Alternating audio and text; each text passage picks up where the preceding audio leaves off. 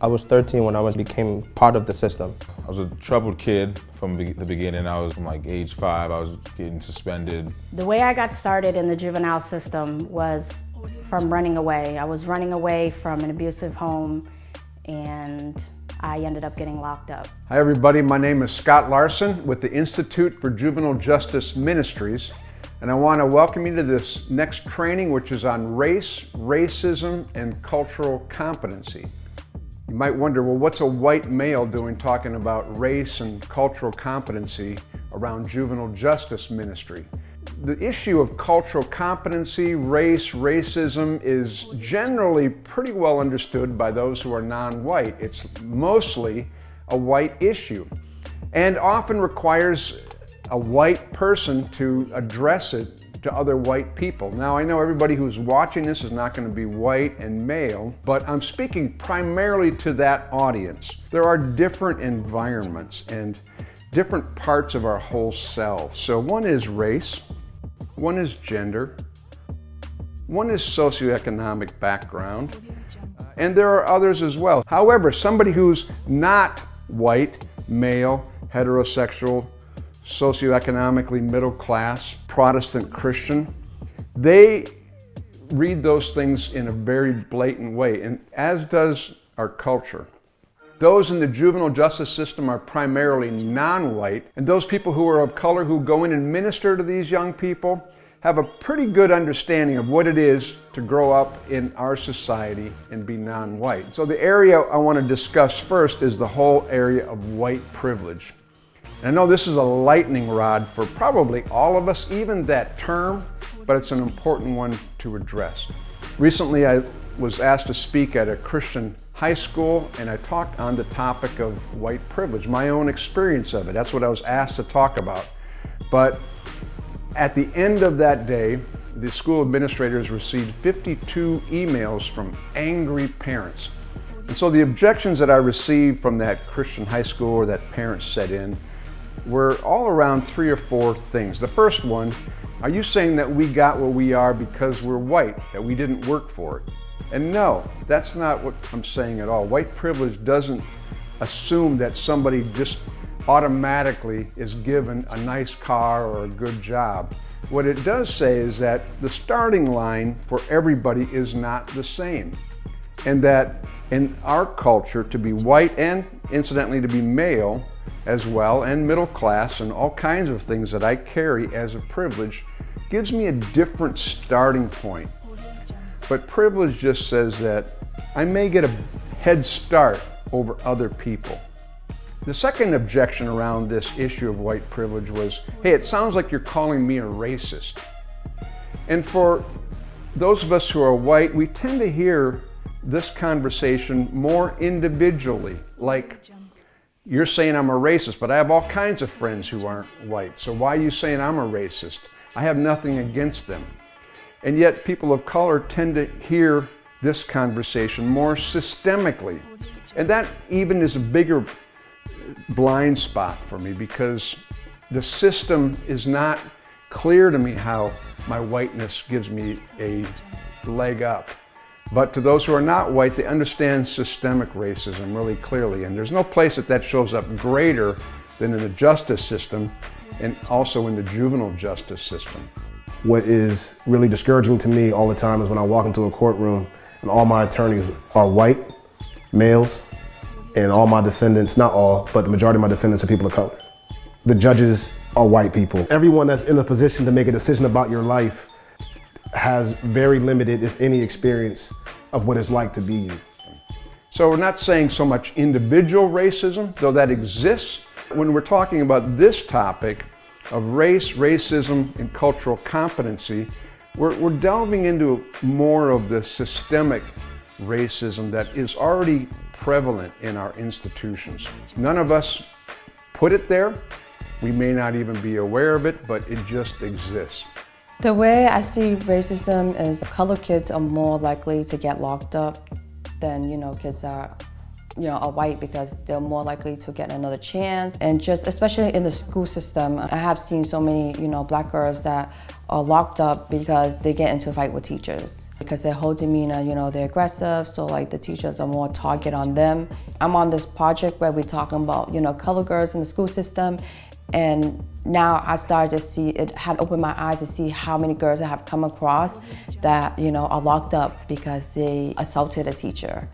And I think that goes back to the school system. We're not able to support them and able to give them the service they need, because there's a reason why that kid is assaulting the teacher. It's not because the teacher, it's because they had this anger in them. And where does that come from? It comes from somewhere at home. And then a third objection that I hear and heard in a number of these responses that came, the 52 emails. What about those who are racist toward me? Well, isn't it possible then for a black person to be racist toward a white? And I would have to say no, because the white is in a dominant, privileged position, at least in this culture, over black. So it comes down to the whole rankism thing, that culturally there's a privilege to whiteness that makes it not possible. Somebody could be very prejudiced against me as a white person, but couldn't be racist against me. Just like a woman could not be a sexist toward me as a man. That doesn't seem fair, and certainly it isn't.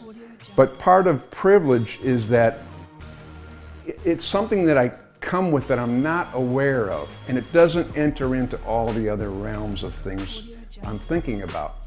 For example, if driving over here today to do this filming, I was pulled over, I wouldn't wonder if I got pulled over because I'm white. Or geez, if I didn't get that job, it's probably because I was a man. That's just not going to be part of the conversation that has to go on in my head, because my whiteness, my maleness generally doesn't ever come up against me in this culture. I got pulled over one time, I was like 14, and it was me, I'm in the back, my friend who's a Caucasian woman, 3 other black males. Cop came to the car, and it was just everyone, like all the black dudes got pulled out, all of us got pulled out the car, searched. Like, I was like 14, like I'm getting searched, I'm getting harassed. Who are you, where you from? And the girl, nothing happened to her. Why is she not getting questioned? Why is she not getting searched? I was taking a couple of guys driving in the community, teaching them how to drive, and they're both African-American young men, and I was in the car, and we were driving around, and all of a sudden, 3 police cars pulled us over with lights on, and they looked very alarmed when they came to the door, and I thought, well, what have these guys done, What did you guys do? And then when the officer saw me in there, he said, is everything okay? Well, yeah, I'm teaching them how to drive, and it was just a puzzling situation to me. And then they said, okay, just checking. And they left, and the guys in the car said, well, that happens all the time. You don't understand because you're white. And it was true. I didn't understand and wouldn't have understood if I hadn't had that experience. I need to walk alongside, I'm privileged to walk alongside people who have a different experience of life than me, who may not have the same privilege that is nothing to do with me. I didn't earn it, deserve it, didn't choose it. It just is what I came with. To see that things don't go the same for everybody and in this culture. Working with youth, I see a lot more children of color who are locked up and a lot more white children being given better alternatives before they even reach the juvenile system. When I was locked up, the punishments were different. I would run away or I would miss curfew and I would do all this time, but then there would be another white individual who would do something way worse than me and they'd be in there for a week. And so I noticed the differences in the treatment growing up in school and being locked up. I remember one of the young men from our home going to a local employer looking for a job, and he just happened to be brought there by a young man who was white, who was also in the home. And it said help wanted and everything up there, and this is a big national chain. You'd recognize the name if I gave it. And he came up, the young man who was African American, and asked if they were hiring, and they told him no. We're not hiring at all at this time. And so he walked away just thinking nothing of it, but the young man who brought him was white, and he just thought that was kind of weird because it said hiring here, and he went up and asked the same question, and they said, oh, yes, we are. We're hiring during every shift. And when they came back and told me that, I had a hard time believing it. Really? Did that really happen? And I know that it did, but I had never seen it before. And unless I had the experience of being with someone firsthand who had seen it, I would question it. And so the last objection that I heard was, well, this seems just like political propaganda. And unfortunately, much of the conversation around race, racism, and cultural competency has become political. That's a real tragedy because certain words tap into, oh, you're one of those. And unfortunately, much of race conversation has become that. There are certain buzzwords that come and put us into camps, and then we discount everything said because, well, that's just a political stance that they're making. And it sets us way back around this critical topic, especially if we want to be effective juvenile justice ministers. And so what are the implications of this for the juvenile justice minister? Well, as we said, there's two parts to it. There's the individual and there's the systemic. And both are real and apply to me and the work that I feel called to do. The individual.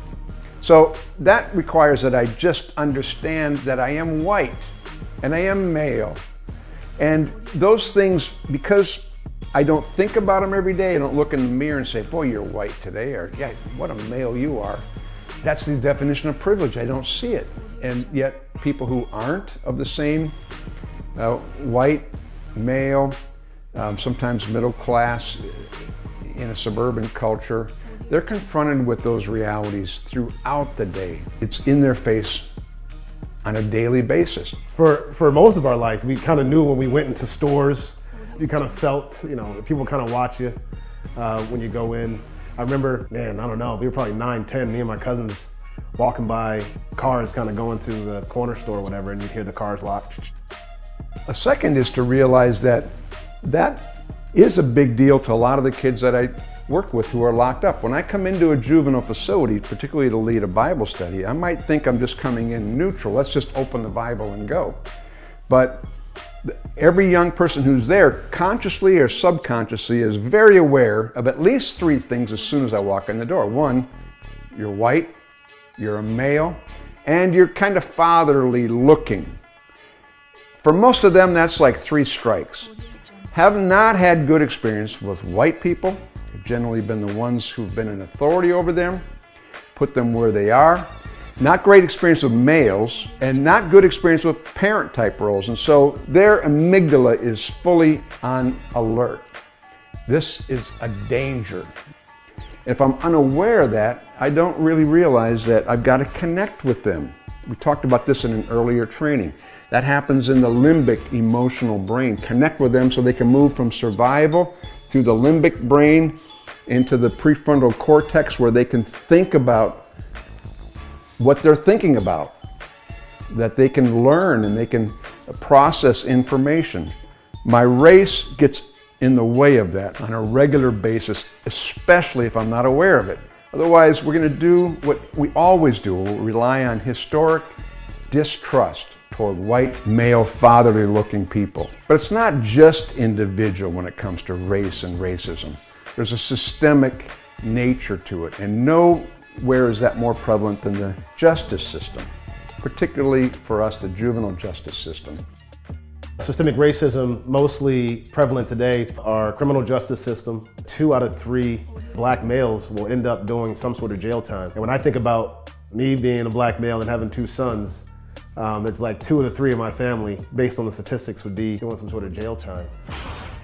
As a white person, if I commit some kind of crime out there or do something wrong or speed or whatever, I have a 1 in 17 chance of being arrested. If I'm Hispanic and do the same thing, I have a 1 in 7 chance of being arrested. And if I'm African American male, I have a 1 in 3 chance of being arrested doing the same thing. Now, that's a fact. So 40% of the population in prison is African American, though they're not committing that higher rate of crime than those of other races. And so the chance of being locked up for a non-white male in particular is 5 times greater than of a white male for doing the same thing. That is criminal. That's systemic racism. We call this juvenile justice ministry. And that word justice is a key one. What does it mean to do justice? Cornel West defined it that justice is what love looks like in public. Well, I want to thank you for staying in on this topic, which can be a difficult and challenging one, and for being a part of these trainings that we do through the Institute for Juvenile Justice Ministries. I invite you to come on to our website, ijjm.org, access other training that we have as well. And we are here to equip you to better minister to those who are in this juvenile justice system and have the privilege of going in and bringing the good news of Jesus Christ.